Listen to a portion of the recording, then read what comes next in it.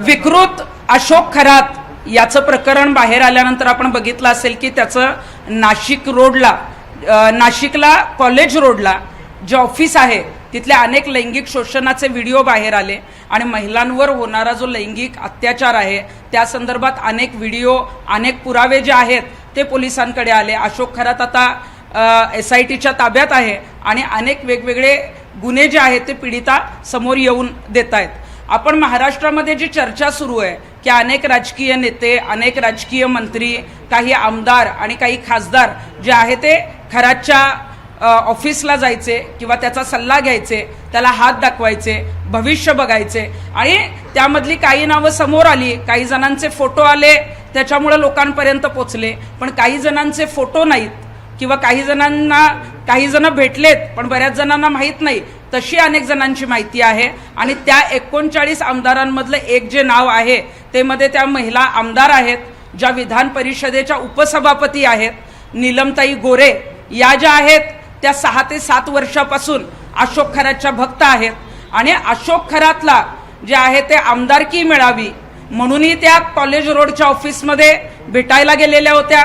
जेव्हा त्यांना मंत्रिपद पाहिजे होतं आणि ते मंत्रिपद मिळावं ते भविष्य बघण्यासाठी सुद्धा कॉलेज रोडच्या खरातच्या ऑफिसमध्ये नीलम गोरे ज्या आहेत त्या तिथं पोचलेल्या होत्या। आणि कोरोनाच्या काळाच्या आधी जे आहे ते एक्सप्रेस इन नावाचं जे नाशिकमध्ये पाथर्डी फाट्याला हॉटेल आहे तर तिथे नीलम गोरे मुक्कामाला होत्या आणि त्या मुक्कामाला असताना अशोक खरात एक्सप्रेस इन नावाच्या हॉटेलमध्ये नीलम गोरे यांना त्यांचं भविष्य सांगण्यासाठी भेटायला गेलेला होता। म्हणजे हे प्रकरण बाहेर आल्यापासून अनेक जण या प्रकरणात बोलत नव्हते, त्यात सगळ्यात महत्त्वाचा चेहरा होता तो नीलमताई गोरेंचा।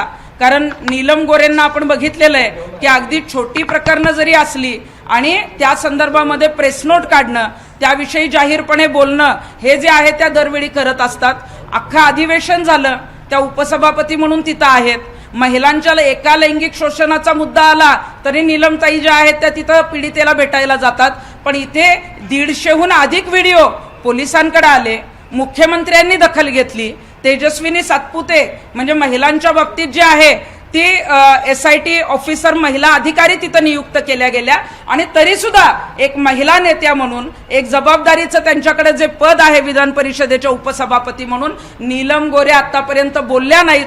का बोलल्या नाहीत? कारण अशोक खरातचा संबंध जो आहे तो नीलम गोरेंशी आहे। नीलम गोरे त्यांना भविष्य दाखवायला जायच्या। या 3 भेटी ज्या मी सांगितल्या आहेत या भेटीमध्ये नीलम गोरे यांच्याबरोबर जे तिथं उपस्थित होते त्यांनीच मला ही माहिती जी आहे ती पुण्यामध्ये येऊन दिलेली आहे आणि आमची अशी इच्छा होती की नीलम गोरे या स्पष्ट वक्त्या आहेत। जेव्हा हे प्रकरण बाहेर आलं त्यावेळेला त्यांनी हे सगळं सांगायला पाहिजे होतं आणि या संदर्भात आवाज उठवायला पाहिजे होता। अशोक खरात जरी त्यांच्या परिचयाचा असला तरी सुद्धा यात आता मी आवाज उठवणार अशी नीलम गोरेंची भूमिका असली पाहिजे होती। कारण महिलांच्या अत्याचाराच्या विरोधात काम करण्यासाठी अनेक वेळेला त्यांना विधान परिषदेचं तिकीट जे असेल किंवा आमदारकी जी असेल ती ठाकरेच्या गटाने असेल किंवा आता शिवसेनेने म्हणजे एकनाथ शिंदेंनी दिलेली आहे। परंतु जेव्हा हे सगळं बाहेर आलं त्यानंतर सुद्धा नीलमताई तुम्ही शांत बसताय, आम्हाला तुमच्याकडून ही अपेक्षाच नव्हती। आणि आता जेव्हा अशोक खरातला तुम्ही आमदारकीसाठी हात दाखवायला त्याच्या ऑफिसमध्ये गेला, जिथं लैंगिक अत्याचार जो आहे तो अशोक खरात करत होता त्या कॉलेज रोडच्या ऑफिसमध्येच तुम्ही त्याला भेटायला गेलेला होता। तुम्हाला मंत्रिपद पाहिजे होतं म्हणून मंत्रिपद मिळावं यासाठी सुद्धा भविष्य बघायला तुम्ही खरातच्या कॉलेज रोडच्या ऑफिसमध्ये गेलेला होता। आणि खरातला तर भेटायला अनेक जण जायचे, पण मग अशोक खरात कोरोनाच्या आधी जेव्हा तुम्ही एक्सप्रेस इन नावाच्या 5 स्टार हॉटेलमध्ये पाथर्डी फाट्याला मुक्कामाला होता त्यावेळेला अशोक खरात तुम्हाला हॉटेलमध्ये का भेटायला आलेला होता? मग तुमचं भविष्य सांगायला आलेला होता का तुमचे त्याच्याशी इतर आर्थिक देवाणघेवाणीचे संबंध आहेत किंवा तुमचा त्याच्याशी काय संबंध आहे या संदर्भात आम्हाला उत्तरं पाहिजेत। तुम्ही त्याच्या संपर्कात होता आणि ह्या 3 भेटी तर ज्या मी सांगते त्या आहेतच, परंतु मग नीलम गोरे मुंबईला अशोक खरातला किती वेळा भेटल्या किंवा अशोक खरातच्या मोबाईलमध्ये जो नीलम गोरेंचा नंबर सेव्ह आहे ते CDR जे आहेत ते आता SIT प्रमुखांनी तपासणं गरजेचं आहे।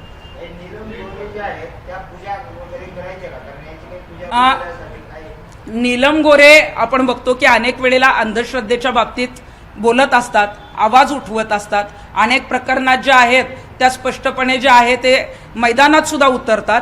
परंतु जिथं अंधश्रद्धा किंवा जिथं हा जो अशोक खरात आहे तो कशा पद्धतीनं विकृत आहे हे कदाचित त्यावेळेला त्यांना माहीत होतं का नाही माहीत नाही, परंतु आत्ता जेव्हा माहीत झालं त्यावेळेला नीलम गोरेंनी आवाज का उठवला नाही? त्या विधान परिषदेत उपसभापती आहेत, मग तुम्ही तो मुद्दा मांडायला कुठल्या आमदारांना का सांगितला नाही? आज तुमचा पक्ष सत्तेत आहे, तुमच्या पक्षातल्या सत्ताधारी आमदारांना विधान परिषदेत जे आहे ते हा मुद्दा मांडणं गरजेचं होतं, किंवा नीलमताई गोरेंनी मुख्यमंत्र्यांना जी आहे ती तक्रार निवेदन देणं गरजेचं होतं. मग आता नीलमताई तिथं फक्त हात दाखवायला जात होत्या का अशोक खरात ज्या पूजा करायचा, ज्या पद्धतीनं एखाद्याला जे आहे ते मंत्रीपद मिळावं किंवा आमदारकी मिळावं म्हणून काही आघोरी कृत्य करायचा, त्या संदर्भात त्यांनी ते विधी केलेत का नाही याची मला माहीत नाही, परंतु मंत्रीपद मिळण्यासाठी आणि आमदारकी मिळण्यासाठी मात्र त्या कॉलेज रोडच्या ऑफिसमध्ये खरातला भेटण्यासाठी गेलेल्या होत्या.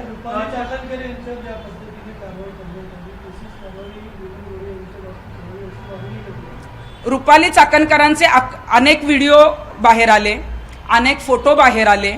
त्यांनी ज्या पद्धतीने एका पत्रकारावर दबाव टाकला, त्या पत्रकाराने जे आहे ते SITला स्टेटमेंट दिलं आणि असे अनेक पुरावे मिळाल्यामुळं जे अशोक खरात प्रकरणामध्ये रुपाली चाकणकरांची चौकशी झाली होणार आहे, त्यांना समन्स येणार आहे. परंतु मग ज्यांची नावं आली नाहीत ह्या महिला नेत्या ज्या उच्चपदस्थ आहेत, मग आता नीलम गोरेंची चौकशी का करू नये? नीलम गोरेंनी हे का लपवलं? एवढं मोठं प्रकरण बाहेर आल्यानंतर तुम्ही जाहीरपणे तर बोललाच नाहीत, परंतु तुम्ही खरातकडे जात होता आणि तुम्हाला ही माहिती तो विकृत असल्याची आत्ता मिळाली आणि ह्या महिलांवर जे काही लैंगिक शोषण झालंय या संदर्भात आता नीलमताई आवाज उठवणार आहेत. असं नीलमताईंची कुठली प्रेस नोट, असं कुठलंही निवेदन, मुख्यमंत्र्यांना लेखी तक्रार का दिली नाही? त्यामुळे नीलमताई गोरे यांची सुद्धा या प्रकरणात चौकशी होणं गरजेचं आहे. किती दिवसांपासूनचा त्यांचा संबंध आहे? नीलम गोरे तुम्ही असं उल्लेख केला की कोरोनाच्या आधी त्या हॉटेलमध्ये भेटलेल्या होत्या, मग याचा अर्थ नीलम गोरे आणि अशोक खरात त्यांचे संबंध किती दिवसांपासूनचे आहेत? त्या संदर्भात काही भेटायला आलेल्या व्यक्तीने सांगितलं का? आणि जो त्यांच्यासोबत व्यक्ती होता त्या व्यक्तीचा आणि अशोक खरातचा किंवा नीलम गोरेंशी संपर्क काय आहे, संबंध काय? अशोक खरातच्या संदर्भामध्ये आपण जर बघितलं तर अनेक मंत्री म्हणजे दीपक केसरकरांचंही नाव येतंय किंवा अनेक वेगवेगळ्या राजकीय नेत्यांचं नाव येतंय, परंतु नीलम गोरे ज्या आहेत त्यांच्याबरोबर ज्या व्यक्ती नाशिकच्या दौऱ्यावर असायच्या किंवा महाराष्ट्रात त्यांच्याबरोबर असायच्या आणि त्यांनी मला जेव्हा ही धक्कादायक माहिती इथं येऊन दिली तेव्हा त्यांनी सांगितलं की नीलमताईंचे फोटो नाहीत, परंतु नीलमताई ज्या आहेत त्या 7 ते 8 वर्षापासून ज्या आहेत त्या अशोक खरातच्या संपर्कात आहेत. कोरोनाच्या काळाच्या आधी मी मगाशी जसं सांगितलं की खरात जो आहे तो नीलम गोरेंना एक्सप्रेस इन नावाच्या हॉटेलमध्ये भेटायला गेलेला होता आणि कोरोना नंतरचा काळ जो आहे किंवा ज्याच्यामध्ये त्यांना आमदारकी मिळणार होती किंवा मंत्रीपद त्यांना पाहिजे होतं, म्हणून अशोक खरातला जे आहे ते भविष्य दाखवण्यासाठी किंवा विचारण्यासाठी नीलम गोरेंच्या 2 फेऱ्या ज्या आहेत त्या अशोक खरातच्या कॉलेज रोड ऑफिसात जिथं महिलांचं लैंगिक शोषण चालायचं तिथं झालेल्या आहेत. अशोक खरातला जो शस्त्र परवाना दिला होता त्या शस्त्र परवान्याची नोंदच पोलिसांकडे नाहीये, त्यामुळे आता ज्यावेळी हा शस्त्र परवाना दिला गेला त्यावेळी पोलीस अधीक्षकांनी जिल्हाधिकारी आता संशयाच्या भोवऱ्यात आलेले आहेत. अशोक खरातला जो शस्त्र परवाना देण्यात आला त्याची नोंदच जर नसेल तर हे किती गंभीर आहे, कारण याच्यामध्ये अनेक मंत्री महोदय तिथं जात होते. अशोक खरातला तसं काही रिव्हॉल्व्हरची गरज नव्हती, परंतु आता जेव्हा आपल्याला कळालं की त्याच्याकडे रिव्हॉल्व्हर प्राप्त झालंय, मग मला वाटतंय की मध्यंतरी दत्तात्रय कराळे जे नाशिक परिक्षेत्राचे IG आहेत त्यांचं नाव या प्रकरणात समोर येत होतं आणि मला वाटतंय की IG दत्तात्रय कराळे यांचे काही फोटोही जे आहेत ते खरात बरोबर समोर आलेले आहेत. प्रत्येक गुरुपौर्णिमेला जो आहे तो ईशानेश्वर मंदिरामध्ये गुरूंकडे म्हणजे अशोक खरातकडे ते असायचे आणि त्या गुरुला जे आहे ते रिव्हॉल्व्हर ज्या पद्धतीनं दिलं गेलं तर या संदर्भामध्ये IG दत्तात्रय कराळे यांची चौकशी होणं गरजेचं आहे, कारण डिसेंबर 2025ला वावी पोलीस स्टेशनमध्ये जो खंडणीचा गुन्हा दाखल झालेला होता आणि पेनड्राईव्ह गायब करण्यात आलेले होते, ते पेनड्राईव्ह गायब करण्यासाठी सुद्धा जे आदेश आले होते ते IG कराळेंचे आदेश आलेले होते. तुम्ही विधान परिषदेचे उपसभापती नीलम गोरे यांच्यावरती आरोप करताय, त्या एक संविधानिक पदावरती आहेत, सभागृहामध्ये बसून ते आदेश देत असतात, तर कदाचित ते तुमच्यावरती हक्कभंग सुद्धा आणू शकतात किंवा तशा पद्धतीचे नोटीस तुम्हाला येईल. आरोप करत असताना तुमच्याकडे भक्कम पुरावे आहेत का, फक्त कोणी सांगितलंय म्हणून तुम्ही नीलम गोरेंवरती आरोप करताय? नीलम गोरे भेटलेले काही फोटो असतील किंवा त्याचे काही पुरावे तुमच्याकडे आहेत का? उद्या जर तुम्हाला कायदेशीर काय अडचणींना सामोरं जावं लागलं तर पुरावे समोर आणणार. नीलम गोरे यांच्याबरोबर ज्या व्यक्ती नाशिकमध्ये खरातला भेटण्यासाठी गेलेल्या होत्या किंवा तिथं उपस्थित होत्या या तीनही भेटींमध्ये, ते स्वतः माझ्याकडे इथं आले होते. त्यामुळं यापुढं त्यांनी या संदर्भात तर उत्तरं द्यावी. आणि माझं म्हणणं आहे की नीलम गोरे ज्या आहेत त्या जबाबदार पदावर आहेत, संविधानिक पदावर आहेत, त्यामुळं खरी उत्तरं द्यावी. खोटी उत्तरं द्यायला गेलात, आमच्यावर कारवाई करायला गेलात तर मात्र तुमच्याबरोबर कोण होतं, काय होतं आणि कशा पद्धतीने हे सगळं झालेलं आहे हे पुराव्यासहित आम्ही सगळं मांडणार आहोत. अशोक खरात जो आहे तो हवाला रॅकेट चालवत होता. म्हणजे सगळ्या मंत्र्याची, नीलम गोरेची वगैरे अशोक खरात कशाला भेटा यायच्या हवाला रॅकेटमध्ये काय नक्की करायचे ते, म्हणजे काही त्या पद्धतीने काही होत होतं का तिथं अशा प्रकारे? हे बघा, अशोक खरात नीलम गोरेंना हॉटेलमध्ये ज्या अर्थी भेटायला गेले, कारण अशोक खरातला भेटायला मोठी रांग असायची, वेगवेगळे अगदी प्रशासकीय अधिकारी, IAS IPS अधिकारी, अनेक उद्योजक जे आहेत ते त्याला ऑफिसमध्ये भेटायला जायचे. पण मग अशोक खरात जे आहे ते नीलम गोरेंना भेटायला जे गेले ते नीलम गोरेंना भेटण्यासाठी कशासाठी गेले? मग फक्त नीलम गोरे जर त्यांच्या मंत्रिपदासाठी आणि आमदारकीसाठी तिथं जात असत्या तर त्या ऑलरेडी त्यांच्या ऑफिसला गेल्या होत्या. मग आता हवाला रॅकेट जे आहे त्या संदर्भातले काही पुरावे जे आहेत ते समोर येत आहेत, काही जे आहेत ते वेगवेगळ्या आर्थिक देवाणघेवाणीचे व्यवहार जे अशोक खरातचे आहेत ते समोर येत आहेत. मग याच्याशी नीलम गोरेंचा काही संबंध आहे का याची चौकशी आता SITने करणं गरजेचं आहे. नीलम गोरे सध्या एकनाथ शिंदे यांच्या पक्षामध्ये आहेत. एकनाथ शिंदेंना या संदर्भामध्ये तुम्ही भेटून त्यांच्या विरोधात तक्रार करणार का की पक्षांतर्गत कारवाई करावी? किंवा दुसऱ्या बाजूला तुम्ही राज्याच्या मुख्यमंत्र्यांना या संदर्भामध्ये त्या विधान परिषदेचे उपसभापती आहेत म्हणून काय पत्रव्यवहार करणार आहात? हे बघा, त्या नीलम गोरे एका जबाबदार पदावर आहेत, विधान परिषदेच्या उपसभापती आहेत आणि एकनाथ शिंदे साहेबांच्या शिवसेनेच्या ज्या आहेत त्या नेत्या आहेत.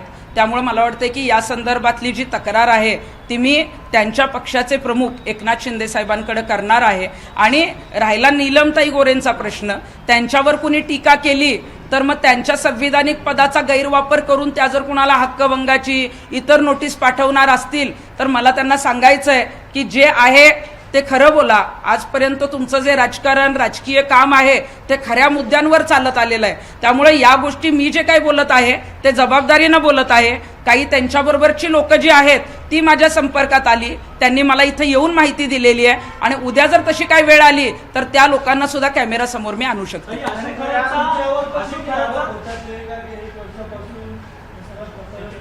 नाही, ठीक आहे, त्याच्याविषयी मी बोलली आहे ना. अशोक खरातचा शिक्षण क्षेत्रात देखील दबदबा होता का? अशोक खरातचा शिक्षण क्षेत्रात देखील दबदबा होता का असा चर्चा चालू आहे. कारण की जो सालारचा ID घोटाळा झाला होता त्याचा भाऊ दिलीप खरात आहे, त्याला केसरकरांच्या मध्यस्थीनं शालारचा ID अशोक खरातनं मिळवून दिल्याची सध्या शिक्षण क्षेत्रात चर्चा आहे. अशोक खरातचे शिक्षण क्षेत्रामध्ये जे आहे ते संबंध होते अशी अनेक वेळेला माहिती जी आहे ती आमच्यापर्यंत आलेली आहे. परंतु मला वाटते की SITकडे तो तपास आहे. SITकडे अधिक माहिती जी आहे, अनेक लेखी तक्रारी असतील किंवा पुराव्यासहित माहिती पोचली असेल आणि त्या संदर्भात जी आहे ती चौकशी त्यांचा ज्यांच्याशी संबंध असेल त्यांच्याबरोबर निश्चित होईल. पण नीलम गोरेंची SITने चौकशी केलीच पाहिजे. म्हणजे आता रुपाली चाकणकर संविधान पदावर होत्या म्हणून मग त्यांची चौकशी नाही करायची का? कारण आता त्यांचे फोटो समोर आले, त्यांचे काही दबाव आणलेले जे आहेत ते पुरावे समोर आले, त्यांच्याविषयी काही तक्रारी जेव्हा मीडियाने हे प्रकरण लावून धरलं, जनतेने जेव्हा हे सोशल मीडियावर प्रकरण लावून धरलं तेव्हा जी आहे ती संविधान पदावर असलेल्या रुपाली चाकणकरांवर जी आहे ती राजीनाम्याची कारवाई केलेली असेल किंवा आता जो काही समन्स आलेला असेल, म्हणजे संविधानिक पद घ्यायचं आणि माझ्यावर कुणी काही कारवाई करायची नाही, माझ्यावर कुणी काही आरोप करायचे नाही, अशा भ्रमात जर काही महिला तिथं जर आमदार किंवा काही महिला नेत्या काम करत असतील तर आता त्यांनी ते विसरावं. मुख्यमंत्र्यांनी याच्यात लक्ष घातलेले, मुख्यमंत्र्यांनी अशा ज्या कोणी आमदार असतील किंवा ज्या संविधानिक पदावर आहेत आणि ज्या चुकीचं काम करतायत त्यांच्यावर जी आहे ती सुमोटो ऍक्शन घेणं गरजेचं आहे. या सगळ्या प्रकरणात नामकरण आवारे नावाच्या व्यक्तीचं नाव येते. सुषमा अंधारे म्हणतात की दीपक केसरकरांच्या सोबत हा व्यक्ती कायम असतो आणि तो खरातच्या देखील संपर्कात होता आणि या व्यक्तीने अनेक नेत्यांचे काळे पैसे पांढरे करून दिलेले आहेत असं सुषमा अंधारे आरोप करतात.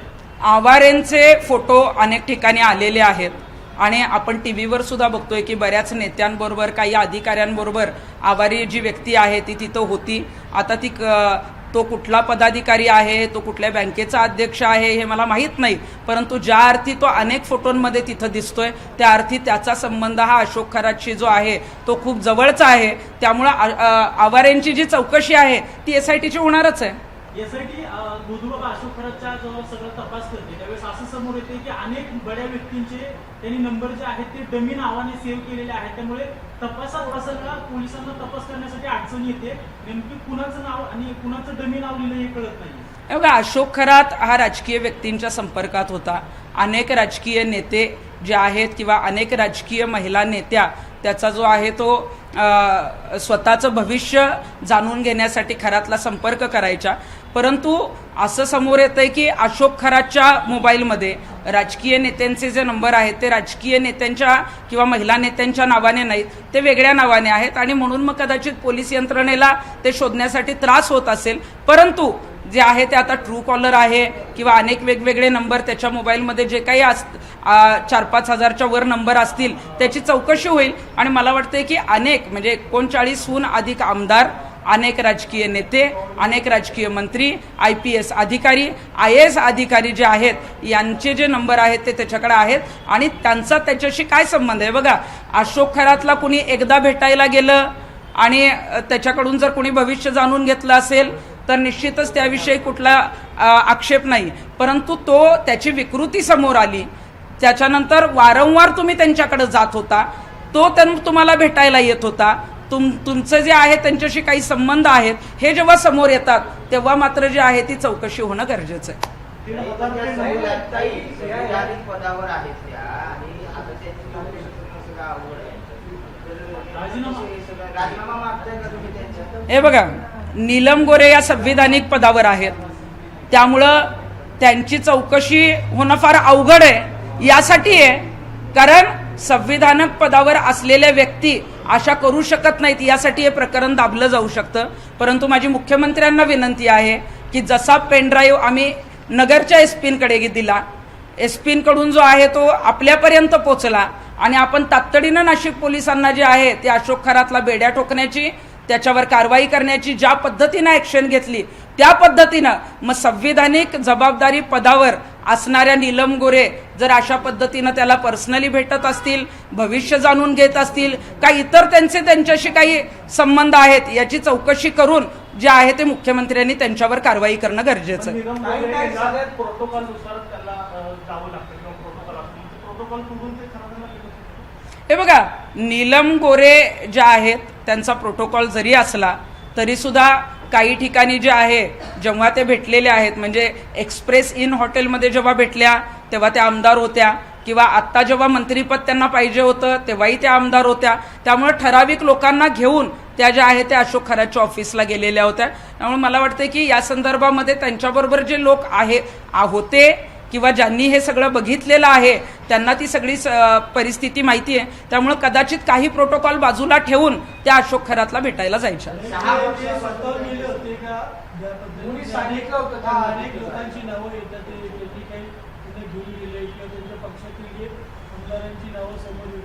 नीलम गोरेंचं नाव जेव्हा समोर आलं तेव्हा मला धक्का बसलेला होता. त्यामुळे नीलम गोरे स्वतःहून अशोक खरातच्या ऑफिसला गेल्या का त्यांना कुठल्या राजकीय महिला नेत्यांनी अशोक खरातचं नाव सुचवलं का कुठल्या राजकीय मंत्र्यांनी त्यांना तिथं घेऊन गेलं हे मला माहीत नाही. परंतु नीलम गोरे या अशोक खरातच्या कॉलेज रोडच्या ऑफिसला 2 वेळा गेलेल्या आहेत. एक वेळा आमदारकी जेव्हा मिळणार होती त्यावेळेला गेलेल्या आहेत, एकदा मंत्रीपद त्यांना मिळावं यासाठी जे आहे ते भविष्य बघण्यासाठी आणि हात दाखवण्यासाठी गेलेले आहेत. कुठली पूजा केली होती? नीलम गोरेंनी मंत्रिपदासाठी किंवा आमदारकीसाठी कुठली पूजा केली हे अजून कळलेलं नाहीये. पण निश्चितच अशोक खरात ज्या पद्धतीनं पूजा घालायचा कोणती तरी पूजा नक्कीच नीलम गोरेंनी अशोक खरातच्या माध्यमातून केलेली असेल. आतापर्यंत जेवढे म्हणजे मंत्री असतील किंवा अधिकारी असतील यांनी ज्यांनी कोणी पूजा केल्या त्यांना त्याच्या पूजेचा फायदा कुणाला झालाय का आणि खरंच फायदा घेतलाय का?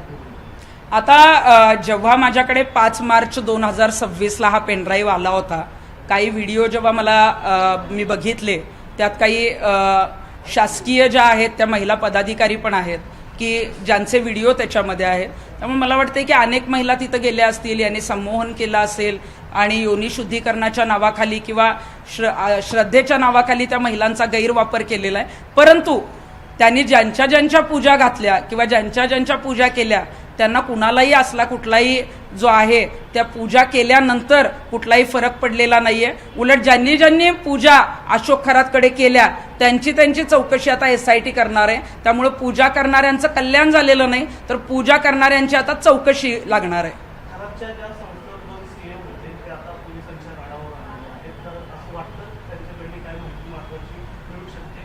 अशोक खराचे जे काही व्यवहार आहेत किंवा त्याची प्रॉपर्टी जी आहे ती 1,500 कोटीची वर जी प्रॉपर्टी आहे ती आता समोर येते. अनेक प्रॉपर्टी ज्या आहेत त्या वेगवेगळ्या नावावर त्यांनी केलेल्या आहेत. त्यामुळे या संदर्भामध्ये ज्या CNची वगैरे चौकशी होतीये त्या CNच्या माध्यमातून जे आहे मग कॅशमध्ये किती पेमेंट येत होतं किंवा ब्लॅकचे व्हाईट किती केले जायचे, कोण करत होतं किंवा अशोक खरात बरोबर हे सगळं करत असताना किती लोक सहभागी होते हे CNच्या माध्यमातून SITला माहीत होईल आणि त्यानंतरच आपल्याला जनतेपर्यंत पोहोचेल. नाही, आज तुम्ही निलम गोरेंवरती आरोप करताय, त्यांचा कार्यकाल सगळा संपलेला आहे, तर आता ते पुढच्या या सगळ्या गोष्टीला चौकशीसाठी त्यांचं नाव समोर आलंय असं काही आहे? नाही बघा, नीलम गोरेंची जशी माहिती मला मिळाली तशी मी आपल्यासमोर मांडतीये. त्यांचा कार्यकाल किती आहे किंवा पुढं तो वाढवून मिळणार आहे का किंवा नाही मिळणार आहे मला माहीत नाही, किंवा मी त्यांची वैयक्तिक कधी दुश्मन नाही. त्यांनी महिलांसाठी काम केलेलं आहे, पण महिलांसाठी काम करणाऱ्या ज्या नेत्या आहेत त्यांनी विकृत अशोक खरातला अटक झाल्यानंतर जेव्हा अधिवेशन सुरू होतं त्या अधिवेशनात एखादं मुख्यमंत्र्यांना पत्र का दिलं नाही? त्याच्यावर कारवाईचा असेल, महिलांचं लैंगिक शोषण असेल, तुम्ही 2 ओळी लिहू शकला नाहीत. कारण आता आम्हाला समजलं की अशोक खरातचे आणि नीलम गोरेंचे संबंध होते, म्हणून नीलम गोरे जे आहेत ते सभागृहात काही बोलल्या नाहीत आणि अशोक खरातच्या विरोधात जे आहे ते कुठलंही स्टेटमेंट त्यांनी दिलेलं नाहीये. नाही, विषय असा आहे की 1 वर्षापूर्वी तुम्ही तक्रार केली होती, त्यानंतर मग पोलिसांनी गुन्हे का दाखल नाही केले? कुठली? या खराच्या संदर्भात 1 वर्षापूर्वी तुम्ही नाही. तेव्हा तक्रारी का नाही? अशोक खरातच्या संदर्भामध्ये मार्च 2025ला श्रीरामपूरच्या एका वर्तमानपत्रात बातमी आली आणि त्यानंतर त्या संपादकाला पेनड्राईव्ह मिळणार होते आणि बातमी आल्यानंतर रुपाली चाकणकरांचा दबावाचा फोन त्या संपादकाला आला आणि जे पेनड्राईव्ह घेऊन त्या संपादकांकडे येणार होते खरातला कळल्यामुळं जे आहे ते पेनड्राईव्ह मिळू शकले नाहीत. त्यानंतर डिसेंबर 2025ला ते पेनड्राईव्ह जे आहेत ते आमच्यापर्यंत पोहोचणार होते, परंतु त्यावेळेला सुद्धा जे पेनड्राईव्ह घेऊन लोक येणार होते त्यांच्यावर खंडणीचा गुन्हा दाखल केला गेला आणि पेनड्राईव्ह गायब करण्यात आले. त्यामुळं ते पेनड्राईव्ह जे आहेत ते येऊ शकले नाहीत. परंतु 5 मार्च 2026ला ते पेनड्राईव्ह माझ्यापर्यंत आले आणि मग आम्ही पोलिसांकडे पाठवले. पोलिसांनी शासन पातळीवर पाठवले आणि त्या संदर्भात जे आहे ते अशोक खरातला अटक झालेली आहे. नीलम गोरेंच्या विरोधात तुम्ही पत्रकार परिषद घेताय आणि सांगताय की माझ्याकडे काही व्यक्ती आले आणि त्यांनी माहिती जी दिली ती तुम्ही सांगताय. 1 वर्षापूर्वी ही सगळी माहिती खरंच तुमच्याकडे आली होती. 1 वर्षापासून तुम्ही ही माहिती समोर आणण्याचा प्रयत्न का केला नाही माध्यमांमध्ये? नाही, अशोक खरातच्या बाबतीत एकच बातमी जी श्रीरामपूरच्या दैनिक खबरदार वृत्तपत्रात आलेली होती ती बातमी मी वाचलेली पण होती, परंतु ती बातमी वाचल्यानंतर काही पुरावे त्या संदर्भात येणार होते. त्यामुळे त्या गोष्टी खऱ्या की खोट्या हे पुराव्यासहित आम्हाला कळणार होतं, पण त्यावेळेला पेनड्राईव्ह येऊ शकला नाही, पुरावे येऊ शकले नाहीत. त्यामुळं त्या गोष्टींवर बातमी छापणाऱ्या पत्रकारावर महिला आयोगाच्या अध्यक्ष रुपाली चाकणकर दबाव आणतायत हे तुम्हाला माहित होतं, मग त्यावेळी तुम्ही माध्यमांसमोर काय हे सगळं प्रकरण आणलं? ज्या वेळेला खेमनार यांना रुपाली चाकणकरांचा दबाव आला आणि सुमोटो ॲक्शन त्या खेमनारांवर घ्यावी यासाठी रुपाली चाकणकरांनी जे आहे ती श्रीरामपूर पोलिसांना नोटीस पाठवली. त्यावेळेला खेमनार यांनी मला जेव्हा सांगितलं तेव्हा तातडीनं जे आहे ती लिगली नोटीस वकिलामार्फत खेमनारांनी त्यांना द्यावी या पद्धतीच्या सूचना ज्या आहेत त्या खेमनारांना मीच केलेल्या होत्या.